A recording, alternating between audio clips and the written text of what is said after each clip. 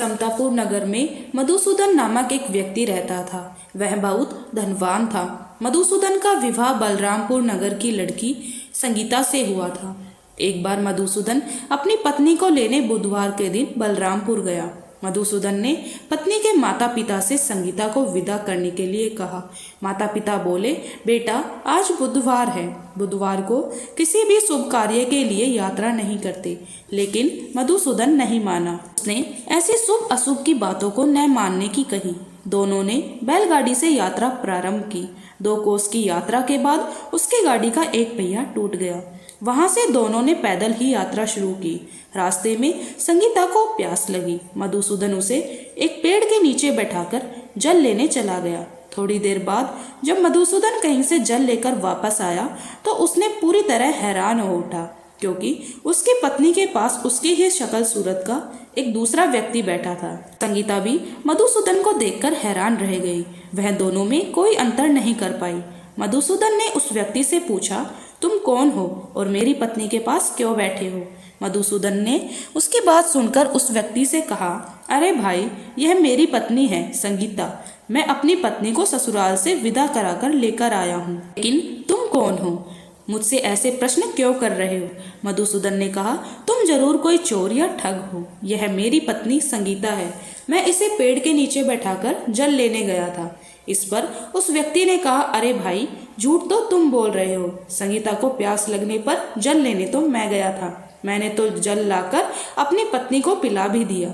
अब तुम चुपचाप यहाँ से चलते बनो, नहीं तो किसी सिपाही को बुलाकर तुम्हें पकड़वा दूंगा। दोनों एक दूसरे से लड़ने लगे। लड़ते देखकर बहुत से लोग एकत्र हो गए। नगर के सिपाही भी वहां आ गए। सिपाही उन दोनों को पकड़कर राजा के पास लेकर गए। सारी कहानी सुनाकर राजा भी कोई निर्णय नहीं कर पाया। गीता भी उन दोनों में से अपने वास्तविक पति को नहीं पहचान पा रही थी। राजा ने दोनों को कारागार में डाल देने के लिए कहा। राजा के फैसले पर असली मधुसूदन भयभीत हो उठा। तभी आकाशवाणी हुई, मधुसूदन, तूने संगीता के माता पिता की बात नहीं मानी और बुधवार के दिन अपनी पत्नी से ससुराल चलने के लिए कहा। यह सब भगवान बुद्धदेव के प्रकोप से हो रहा है। मधुसूदन ने भगवान बुद्धदेव से प्रार्थना की, हे भगवान बुद्धदेव, मुझे क्षमा कर दीजिए। मुझसे बहुत बड़ी भूल हुई है। भविष्य में अब कभी भी बुधवार के दिन यात्रा नहीं करूंगा। सदैव बुधवार को आपका व्रत किया करूंगा। मधुसूदन के प्रार्थना करने से भगवान बुद्धदेव ने उसे क्षमा कर दिया। तभी दूसरा व्यक्ति राजा के सामने से गायब हो गया। राजा और दूसरे लोग इस चमत्कार को देखकर हैरान हो गए। भगवान बुद्धदेव की इस अनुकंपा से राजा ने मधुसूदन और उसकी पत्नी को सम्मान पूर्वक विदा किया। कुछ देर चलने पर रास्ते में उन्हें बैलगाड़ी मिल गई। बैलगाड़ी का टूटा पहिया भी ठीक हो गया। दोनों उसमें बैठकर समतापुर की ओर चल गए। मधुसूदन और उसकी पत्नी संगीता दोनों बुधवार को व्रत करते हुए आनंद पूर्वक जीवन व्यतीत करने लगे। इस तरह भगवान बुद्धदेव की कृपा से उनके यहाँ खुशियां बरसने लगी। इसी तरह जो स्त्री पुरुष विधिवत बुधवार का व्रत करके कथा सुनते हैं, भगवान बुद्धदेव उनके सभी कष्ट दूर करते हैं। बुद्धदेव महाराज की जय। जय श्री श्याम। जय गणेश जय गणेश जय गणेश देवा, माता जाकी पार्वती पिता महादेवा। जय गणेश जय गणेश जय गणेश देवा, माता जाकी पार्वती पिता महादेवा। एक दंत दयावंत चार भुजाधारी, मस्तक सिंदूर सोहे मुसे की सवारी। पान चढ़े फूल चढ़े और चढ़े मेवा, लड्डूवन का भोग लगे संत करे सेवा। जय गणेश जय गणेश देवा, माता जाकी पार्वती पिता महादेवा। अंधे को आंख देत कोढ़ी को काया, बांझन को पुत्र देत निर्धन को माया। जय गणेश जय गणेश देवा, माता जाकी पार्वती पिता महादेवा। सूर्य शाम शरण आए सफल कीजे सेवा। जय गणेश जय गणेश देवा। जय गणेश भगवान की जय। ओम गम गणपति नमः। आज मैं आपको सुनाने जा रही हूँ गणेश जी की खीर वाली कहानी। एक बार गणेश जी एक छोटे बालक के रूप में चम्मच में चावल और चमचे में दूध लेकर निकले। वो हर किसी से कह रहे थे, कोई मेरी खीर बना दो, कोई मेरी खीर बना दो। एक बुढ़िया बैठी हुई थी। उसने कहा, ला मैं बना दूं। वह छोटा सा बर्तन चढ़ाने लगी। तब गणेश जी ने कहा, दादी माँ छोटी सी भगोनी मत चढ़ाओ, हमारे घर में जो सबसे बड़ा बर्तन हो वही चढ़ा दो। बुढ़िया ने वही चढ़ा दिया। वह देखती रह गई। वह जो थोड़े से चावल उस बर्तन में डाली थी वह तो पूरा भर गया है। गणेश जी ने कहा, दादी माँ मैं नहाकर आता हूँ। खीर तैयार हो गई तो बुढ़िया के पोता पोती रोने लगे। बुढ़िया ने कहा, गणेश जी तेरा भोग लगाकर कहकर चूल्हे में थोड़ी सी खीर डाली और कटोरी भरकर बच्चों को दे दी। बुढ़िया की पड़ोसन ऊपर से देख रही थी तो बुढ़िया ने सोचा यह चुगली कर देगी, तो एक कटोरा भरकर उसे भी पकड़ा दिया। बेटे की बहू ने चुपके से एक कटोरा खीर खाई और कटोरा चक्की के नीचे छुपा दिया। अभी भी गणेश जी नहीं आए थे।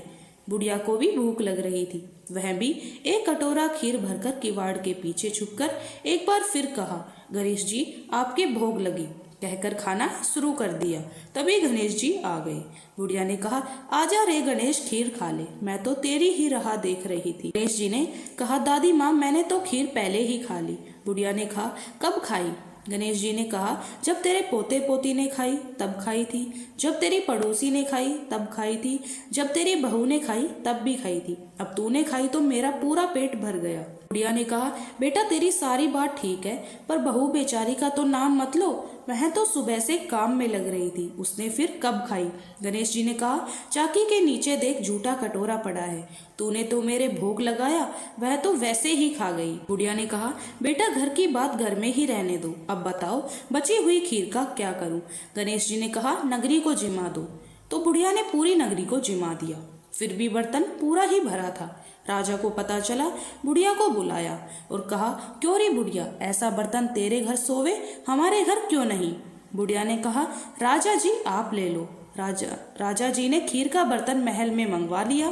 खीर में कीड़े मकोड़े, बिच्छू, कंछले और दुर्गंध आने लगी। यह देखकर राजा ने बुढ़िया से कहा, बुढ़िया बर्तन वापस ले जा, तो तुझे हमने दिया। बुढ़िया ने कहा, राजा जी आप देते तो पहले ही कभी दे देते, यह बर्तन तो मुझे मेरे गणेश जी ने दिया है।